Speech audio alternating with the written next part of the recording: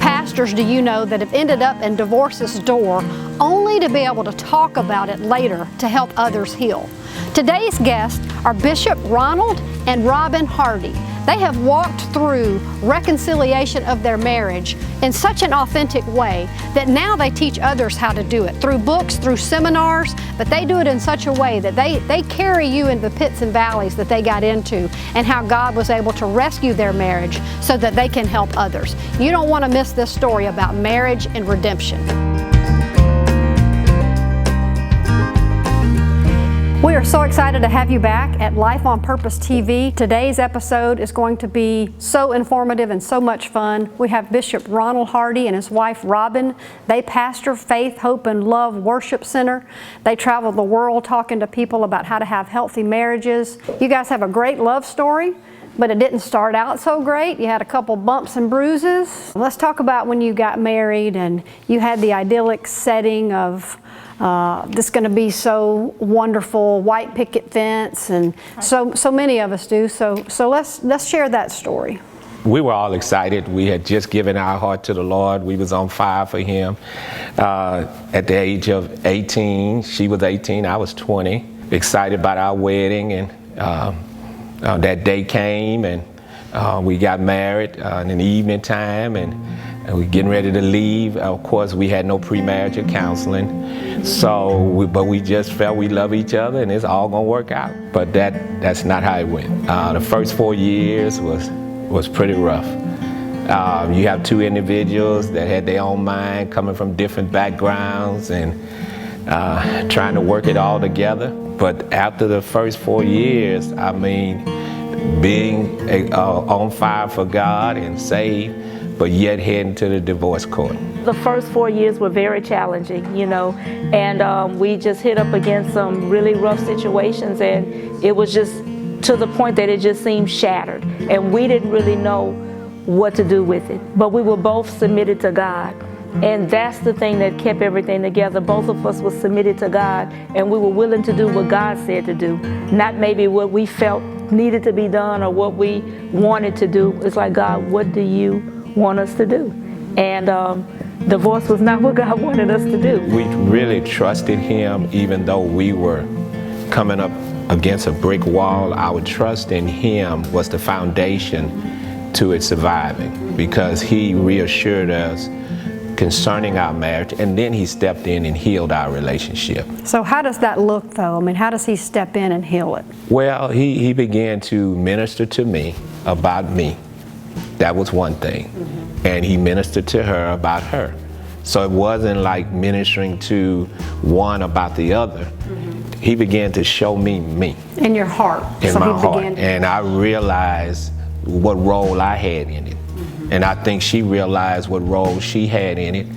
And from there, He was able to step in and just heal our marriage. And then from there, He gave us an assignment. He said, I want you all to now go out and heal marriages. So how do you begin to take those foundations and live them, but yet come up with things that you can teach to others? Because marriage can be difficult. And how do you help other people that find themselves in something similar to your situation? Well, what we did, when we started doing seminars, and we would have a specific theme to the seminar. It might be the two shall become one, a love like this, which is the title of our book. But we were very transparent. We didn't try to hide anything. So I guess people realized, okay, if they went through these things and were able to overcome it, then we can do the same. We was very transparent about our experiences, where our marriage was, how the Lord stepped in and healed it, what were the key things we had to do, you know, and what were the things happening prior to. So it was those type of things. We were very transparent. When we host retreats, even now, we're very transparent. How did adding 4 children, that's a lot, how did adding 4 children to the household dynamic over the years, I mean, that changes each time. So how does that affect those lessons? Because it changes with each child. That was also very challenging. You know, even from the onset of the situations that kind of pulled us apart, you know, my husband was very sincere about God, and he would come in from work and he would go straight into prayer, and then he would go into studying the Word. And what he didn't realize, there was some neglect on this side. And because there was some neglect, then it gave me idle time. And I didn't do some of the right things with the idle time. It pulled me away from the Lord, and I call it like this. I was like really backslidden in the church. I was going to church, but my heart was away. I felt lonely, and so it took me into some things.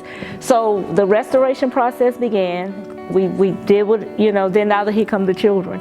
And then that could be challenging. And the challenging part with the children was because we both grew up differently. And so now you know, when you grow up differently now, and you know, you have two histories coming together. Right, and that's when we came forth, even with the workshops of the two becoming one, because we teach people how to blend. We talk about forgiveness. We talk about, even in marriages, even when there's been violations, we tell people how you handle that, you know. So there's a lot of things, and like you said, we're just transparent. And so the children really added a whole nother dimension to it, and it was because we were raised differently. Right. Would you agree that one of the big problems in marriage is, you talk about authenticity, but the ability to communicate effectively? Right. How do you teach people to give their feelings a voice, but to not be overshadowed by them? If you're dealing with a situation in your relationship, don't take it personal. So it may be, I gave an illustration, say something happened with the money. You know, then one coming in addressing the money, but the other one taking it personal, like, oh, now you saying I can't have the money? Right. Well, that really wasn't the problem. They trying to solve this problem that has occurred with the finances. So you have to learn not to take it personal. Another thing I gave is you have to be able to hear each other. You know, be open to hear each other, be swift to hear, slow to speak. So each person have to have that opportunity to freely express themselves. Yeah, because sometimes if someone talking, the other one cut them off, and they say, I didn't mean that, I didn't say that. So you have to have that open line of communication. What have y'all seen as light bulb moments in the couples you've ministered to? We've had a lot of couples that have come to us and it's like, it's over. Right. And we're like, just give us 3 sessions, or, you know, just, there's been situations where we've had to split them up because it's just been that heated and intense. That intense. Some of the moments is when, you know, they get that breakthrough, and where a marriage was about to end, you know, it was restored. Sometimes when you're dealing with a lot that's going on, you lose sight of the person's real heart, you know. And so we are able to, in our time and in the sessions, they get a chance, wow, I didn't really know you felt like that. And so they begin to discover each other's heart again. So now you realize it's just a situation at hand, but in their heart, they really love each other. And so I think that's one of the light bulbs. When it goes off, they realize, okay, you do love me. Well, and I know there's no easy answer, but if someone were watching this episode and their marriage is really struggling, maybe it's a 1, maybe it's a 10, what's one thing they can do to soften the relationships so that they can come together? You want to answer that? Or? You can answer. Well, I feel like they have to take time with each other. Shut off everything that's going on in their lives. Get away and just sit down and talk to each other without any outside interference. Because sometimes outside things are coming in, and they don't have a chance to really look each other in their eyes and take time and just talk about themselves. So that's good. See, sometimes you have to break away and focus on your marriage, because life can get very busy and each person can be in the flow of that. And when you realize that something is going on, you need to stop and take the time. And that's very important. Stop and take the time. And most times both people really want it. They just don't really know what to do or know how. Or know that it's possible. Sometimes there's a lot of misperception. Right. And when he's saying sometimes you're misperceiving the other person's heart. Right. And when they're able to look, they're able to see, wow, You know, this is where we are, or this is how the other one. And one of the things that I also share in our marriage things, it's not okay if one person is all right and the other. In other words, sometimes in a marriage, both people are fulfilled, and that's what you want, and that's great. Sometimes in a marriage, only one is fulfilled. That's not good. And then there's sometimes in a marriage, neither one, and that's really not good. That's right. So. That's right. Your purpose has evolved over the period of, I mean, you're pastors, and you haven't had a perfect life, and I think people need to know that. So you've been at divorce's door, you've attempted suicide.